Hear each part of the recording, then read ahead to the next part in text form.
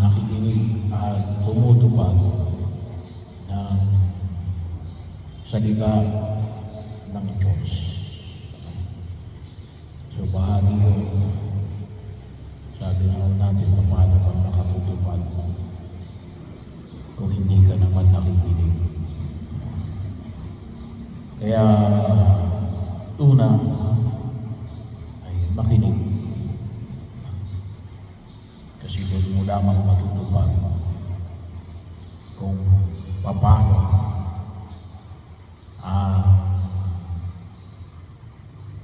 pagsasakatuparan ng kalooban ng Diyos. Kaya napakahalaga yung pakikinig. At dito sa Ebanghelyo na ito, sabi nga natin yung pakikinig at pagtupad ay magkarugtong. So bahagi yun. Kung tutukusin na yung salita sa dati, kung tutukusin ay halos ganon yung tunay na sumusunod ay nakikinig, at ang tunay na nakikinig ay sumusunod. Kaya napakahalaga yung obedience. Bahagi mo yun na kinakailangan maisakatuparan ng tao. Para masabi mo talagang nakikinig ka, sumunod ka. Pagkakataon, hindi pwede sabihin natin na nakikinig naman ako eh. Pero hindi ka sumusunod. Alam mo, napakinggan ng tainga mo. Pero dahil hindi ka sumusunod, hindi ka talaga nakikinig. Kaya nga sa amin, pinasabi sa amin ng mga matatanda, hindi ka kasi nakikinig. Hindi sapagkat hindi mo napakinggan sa tainga mo. Ngunit dahil sa alin, hindi mo sinunod.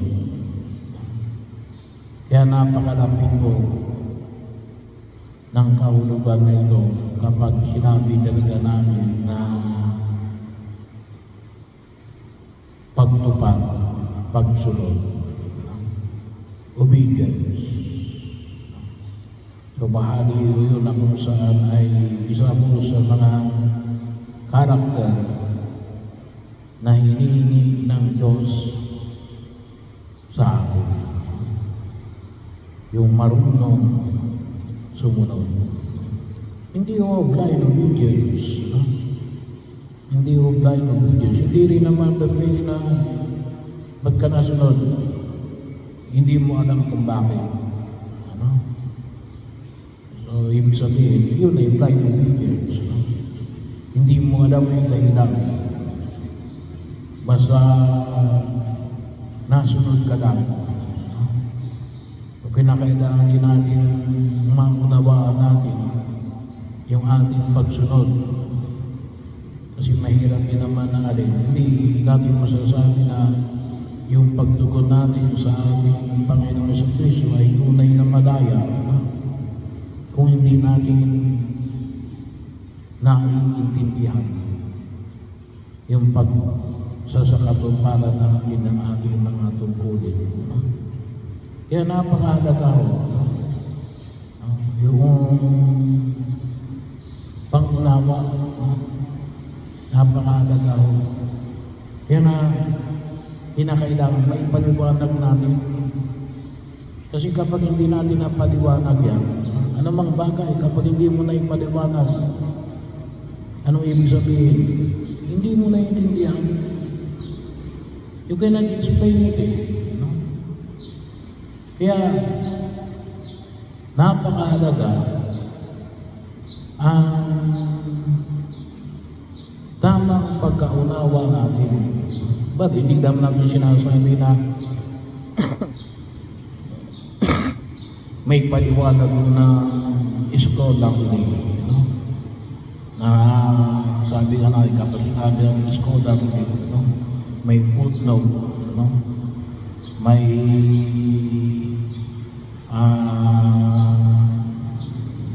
nakalagay pa kung saan ang galing, no?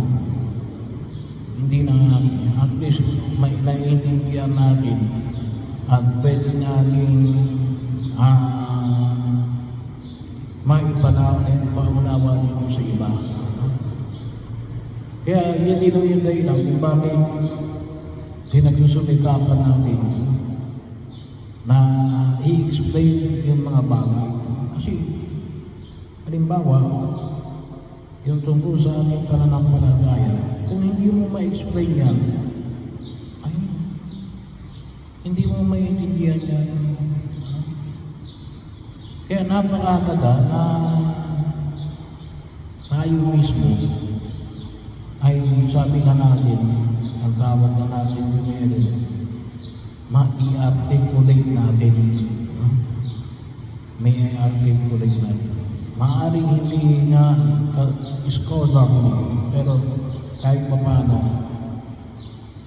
ma-explain natin sa pamantayan na kaya ng ating kaisipan. Hindi ba pwede na basta ganito na lang, no? Eh, wala, no? Maging katulad tayo ng pamahiin, no? Katulad kahapon, may bininyagan tayo, no? May, kung yung maakita, ewan ko na kung napansin dito, no? Meron siyang pulseras na kulay pula, no? Pamahiin yun eh.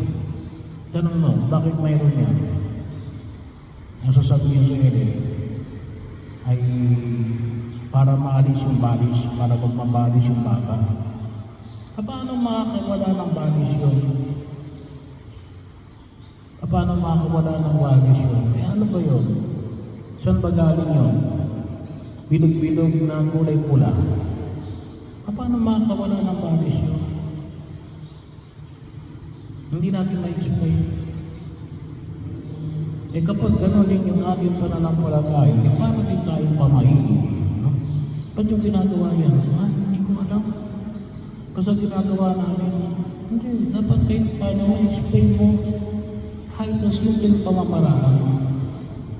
Bahagi mo yun eh. No? Paano natin masasabi na masusunod mo sa ayon sa pamantayan na ipinahayag ni Jesus? Ay hindi mo may paliwanag. No? Sabi nga, kung bawal mo na yun, pwede ilagay. No? Ay, kung maglalagay tayo ng mga sacramentals. Kaya mayroon tayong mga sacramentals. Anong pwede? Yung rosaryo. Yung miraculous medal. No? Hindi kaya escapularyo. Para maging bahagi yun. At least yun, may sasabi na, yan. Yung bawa, yung miraculous medal. Ayan, yan ang Immaculada Concepcion. Kasi yung nakalagay sa miraculous medal. Immaculada Concepcion. Kapag nakita kayo ng medalyon ng miraculous medal, yun din. Ang Immaculada Concepcion, na kung saan ay pinapaalala sa atin natin manatiling malinis sa harapan ng buong may kapal. No? Kaya, bahagi yung Korean, kapag hindi natin ay paliwanag na maayos, ay para tayo yung mga pamahiin. Nakasanayan lang. No? Well, nakasanayan. Magandang paliwanag yun, pero pinakailang mas malalim pa ron. No? Kasi maraming bagay na nakasanayan, pero hindi naman related sa pananampalataya, ano? Ay hindi ho yun na ipapahayag. Kaya napakalaga yung pakikinig at yung pagsunod.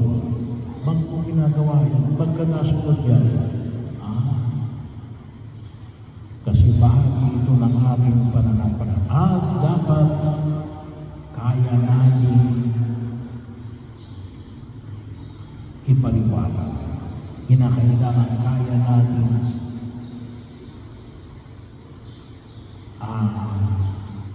kung tawagin natin i-substantiate.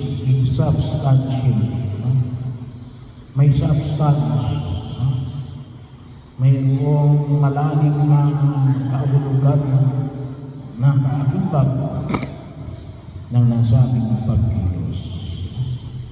At yun yung pundasyon. Yun yung pundasyon natin sa batuan, hindi sa buhangin natin. Kaya sabi nga natin, ay bahagi mo yun. Kaya na masasabi rin natin sa sulat ng San Pablo, faith comes from hearing.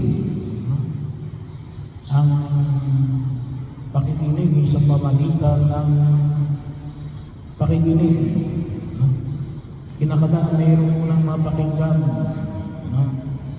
So, yun yung idalangin natin sa harapan ng may kapata.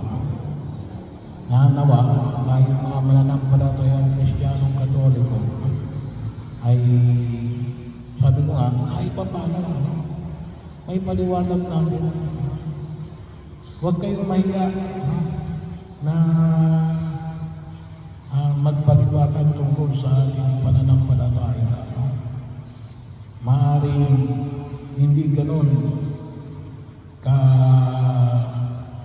kung tawagin natin na ka-inclusive o kalawak, pero kahit pa paano kaya natin ipaliwanag. Kasi yun ay maliwanag na tandaan natin. Naiintindihan natin yung ating pananampalataya.